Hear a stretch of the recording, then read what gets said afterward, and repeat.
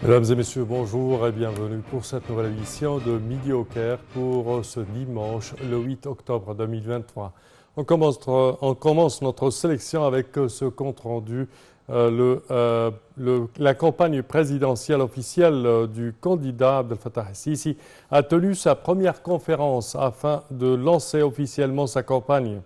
Lors de la conférence, le conseiller juridique Mahmoud Fawzi a annoncé que la campagne a jusqu'à présent reçu 424 recommandations de la Chambre des représentants et 1 130 000 de soutien des gouvernorats.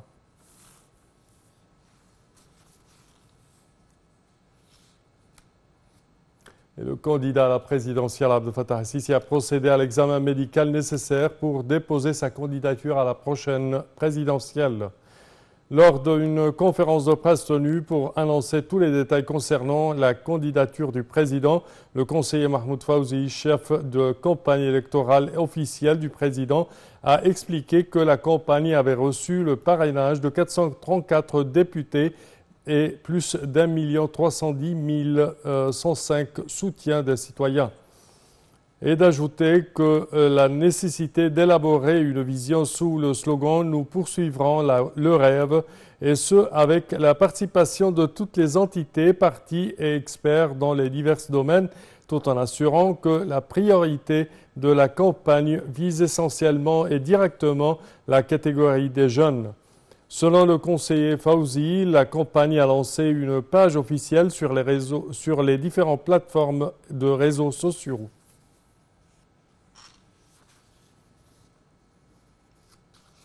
Et le président Abdel Fattah el-Sisi a inspecté le centre de contrôle central du réseau national unifié des services d'urgence. Le chef de l'État s'est également rassuré de l'état de préparation et de l'efficacité des équipements et les dispositifs utilisés à cet égard, ainsi que de l'efficacité et de la compétence et la compétitivité des cadres humains et la connectivité de la coordination intégrée. Pour plus de détails, voici un commentaire.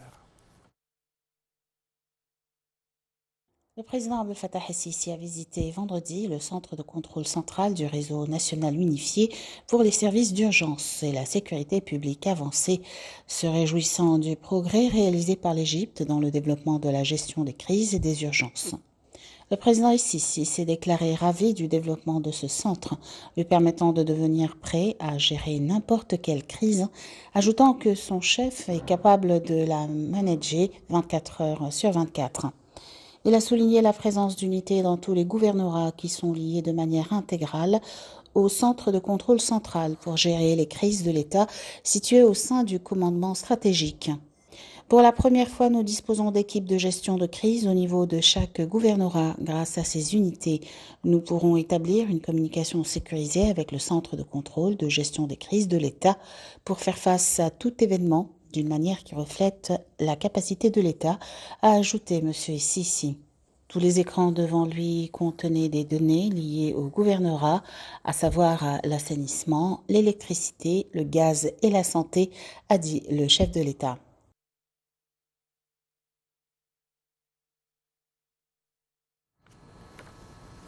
Et au nom du président de la République, Abdel Fattah el-Sisi, le Premier ministre, Dr Moussa Mohamed Boulia, a participé à la célébration du lancement de l'année de l'ISESCO de la jeunesse organisée par l'Organisation du monde islamique pour l'éducation, les sciences et la culture, en coopération avec le ministère de l'Enseignement supérieur et de la Recherche scientifique dans la nouvelle capitale administrative, en présence de plusieurs ministres des pays islamiques, d'ambassadeurs et de chefs d'organismes et d'organisations internationales. Le ministre de l'Enseignement supérieur et de la Recherche scientifique, Dr Ayman Achour, a déclaré que la célébration comprend plusieurs sujets importants, notamment la vision de l'ISESCO dans le domaine du renforcement des capacités des jeunes des pays du monde islamique, ainsi que les efforts de l'État égyptien dans l'éducation et l'autonomisation des jeunes à l'époque du président Sisi, ainsi que le rôle du ministère de l'Enseignement supérieur dans le soutien aux personnes créatives et innovantes.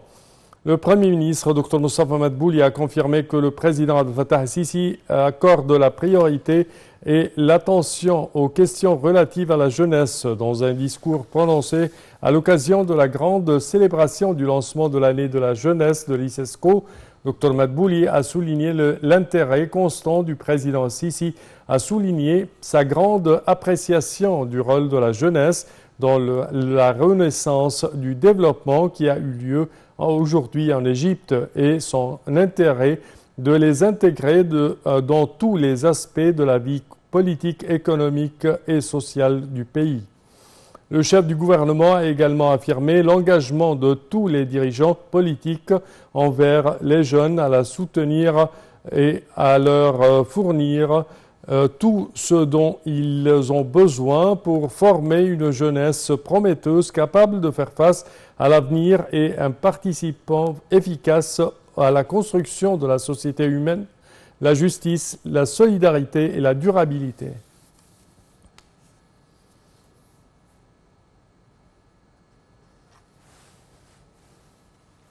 Et face à l'escalade de la tension dans la bande de Gaza, le président Abdel Fattah el-Sisi intensifie ses contacts au niveau régional et international pour mettre terme aux exactions commises par Israël dans l'enclave palestinienne. Le président suit de près les derniers développements dans les territoires occupés à travers le Centre stratégique de gestion de crise. Le président el-Sisi a affirmé que l'Égypte ne cesserait de soutenir la cause palestinienne, exprimant sa solidarité avec le peuple palestinien frère. Il a précisé que l'Égypte n'épargnerait aucun effort de médiation pour stopper l'effusion de sang et mettre terme à la violence qui embrase les territoires occupés. Également, dans un communiqué du ministère des Affaires étrangères, l'Égypte a appelé à faire preuve de la plus grande retenue et à éviter d'exposer les civils à de nouveaux risques, mettant en garde contre les graves répercussions résultant de l'escalade de la violence qui affecterait négativement l'avenir des efforts de trêve. L'Égypte a également appelé les acteurs internationaux impliqués dans les efforts visant à relancer le processus de paix à intervenir immédiatement pour mettre terme aux escalades, exhortant Israël de mettre fin aux attaques et aux actes de provocation contre le peuple palestinien et à respecter les règles de droit international et humanitaire concernant les responsabilités de l'État occupant. Dans le même contexte, le chef de la diplomatie, Sameh Shoukry, a reçu un appel téléphonique du secrétaire d'État américain Anthony Blinken. L'appel a porté sur l'escalade survenue entre Palestiniens et Israéliens dans la bande de Gaza et les efforts déployés au niveau régional et international pour contenir la situation. Messieurs Shoukry et Blinken ont affirmé la nécessité de prendre des positions internationales coordonnées pour inciter les deux parties à opter à la désescalade. M. Shoukry a d'autre part contacté le ministre russe des Affaires étrangères, Sergei Lavrov, afin d'examiner l'escalade survenue entre Palestiniens et Israéliens. Les deux chefs de diplomatie ont souligné la nécessité d'un arrêt immédiat de l'escalade contre la bande de Gaza et des affrontements entre Palestiniens et Israéliens. M. Shoukry a également contacté plusieurs de ses homologues européens dans le cadre de ces concertations visant à calmer l'escalade dans les territoires palestiniens occupés.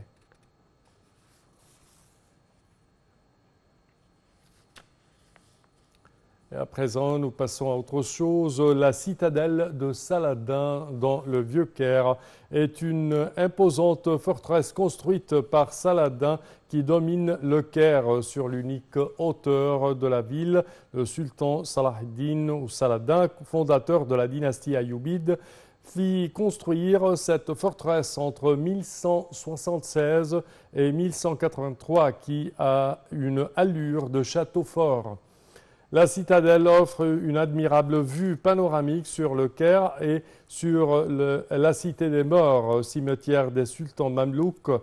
Au pied de la citadelle se trouve la mosquée du sultan Hassan, un des plus beaux édifices d'époque mamelouk islamique du 19e siècle. Pour plus de détails, voici un commentaire. La citadelle de Saladin est une imposante forteresse construite par Saladin qui domine le Caire. Sur l'unique auteur de la ville, le sultan Salah ad-Din ou Saladin, fondateur de la dynastie Ayyubide, fut construire cette forteresse entre 1176 et 1183, qui a une allure de château fort. Sa silhouette est dominée par les coupoles et les minarets de la mosquée en albâtre de Muhammad Ali de style turc, achevée en 1857. La citadelle offre une admirable vue panoramique sur le Caire et sur la cité des morts, cimetière des sultans mamelouks. Au pied de la citadelle se trouve la mosquée du sultan Hassan, un des plus beaux édifices d'époque mamelouk du XIIIe siècle. Après la mort de Saladin, son neveu El-Kamel a renforcé la citadelle en agrandissant plusieurs des tours, en particulier la tour El-Haddad, la tour du forgeron, et la tour Ramla, les rendant 3 fois plus grandes. Ces 2 tours contrôlaient le passage étroit entre la citadelle et les collines de Muqattam. En 1218, à la mort de son père, El-Kamel, devenu sultan, a transféré sa résidence à la citadelle, où il a construit son palais dans le quartier sud, jusqu'à la construction du palais de Abdin au milieu du XIVe siècle. C'était le siège du gouvernement de l'Égypte. Quand les Mamelouks ont finalement renversé les Ayyubides en 2005, leur sultan Baybars el-Bondodari règne de 1960 à 277, s'installa dans le palais d'El-Kamel. Il l'a isolé en construisant un mur qui a divisé la forteresse en 2 parties, reliées par la porte El-Qulla. Mohammad Nasser, un sultan qui a régné durant 3 périodes, a ouvert le quartier méridional avec des constructions. Près de la porte Al-Qudda, au quartier nord, se trouve le palais harem de Muhammad Ali, qui a été construit d'après le même modèle ottoman que le palais des bijoux. La statue d'Ibrahim Pacha, par Charles Cordier, se trouve à l'entrée. Le palais a servi de résidence de famille au Khedive jusqu'à ce que le gouvernement ait été déplacé au palais de Abdin. L'Ottoman Muhammad Ali Pacha, fondateur de l'Égypte moderne au pouvoir en 1805, a fait du changement considérable à la citadelle. Il a reconstruit une grande partie des murs externes et remplacé plusieurs des bâtiments intérieurs délabrés, faisant du quartier nord son domaine privé, alors que le quartier sud était ouvert au public. Sa mosquée, Muhammad Ali, construite dans le style appelé ottoman baroque, qui imite les grandes mosquées d'Istanbul, domine aujourd'hui le quartier sud. Au sud de la mosquée, dans le Haush, se trouve le palais Gawhara, ou palais des bijoux.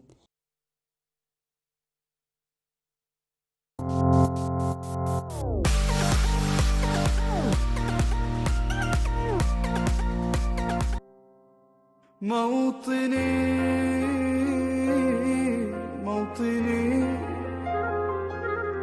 الجلال والجمال والسناء والبهاء في رباك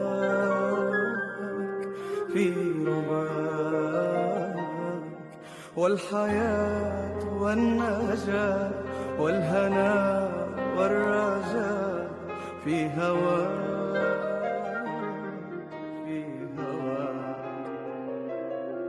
هل أراك سالما منعما وغانما مكرما. Et de retour, chers téléspectateurs, ce sujet de l'escalade de la tension dans la bande de Gaza, nous avons le plaisir d'accueillir au bout du fil Dr Ayman Aboulaïla, qui est député au Parlement égyptien, également membre du comité de la santé au sein du Parlement. Bonjour, Dr Ayman. Bonjour. Alors, si vous pouvez nous donner un petit aperçu à présent de la situation, surtout des aides et des convois médicaux qui sont envoyés sur les frontières avec le Gaza, qui sont organisés par l'État égyptien à présent. Maintenant, le peuple de Gaza, c'est une position très critique. Alors, bien sûr, l'Égypte va aider dans le domaine de la santé. Et bien sûr, il y a beaucoup de blessés. Alors, on va aider ça.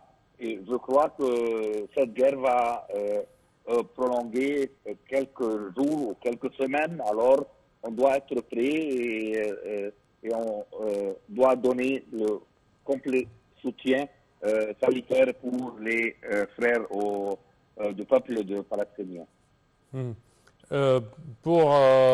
Alors les préparatifs, il y a déjà des préparatifs qui sont entrepris par le Parlement et l'État égyptien dans ce contexte? Bien sûr. Je ne sais pas pourquoi tout le monde maintenant essaye de faire que Hamas a commencé la guerre et ils ont oublié tout de suite comment le peuple palestinien est complètement en prison. Il y a beaucoup de choses qui sont faites dans les semaines dernières qui a chargé cette guerre. Oui, alors, depuis le début de l'année même. Oui, bien sûr. Et en tout cas, on donne tout le soutien pour les Palestiniens parce que c'est un peuple occupé et bien sûr les droits de l'homme dans tout le monde doit maintenant soutenir le peuple palestinien qui est bombé maintenant dans tout le temps et tout le jour, sans électricité, sans médicaments, sans rien. Alors on doit soutenir ce peuple totalement.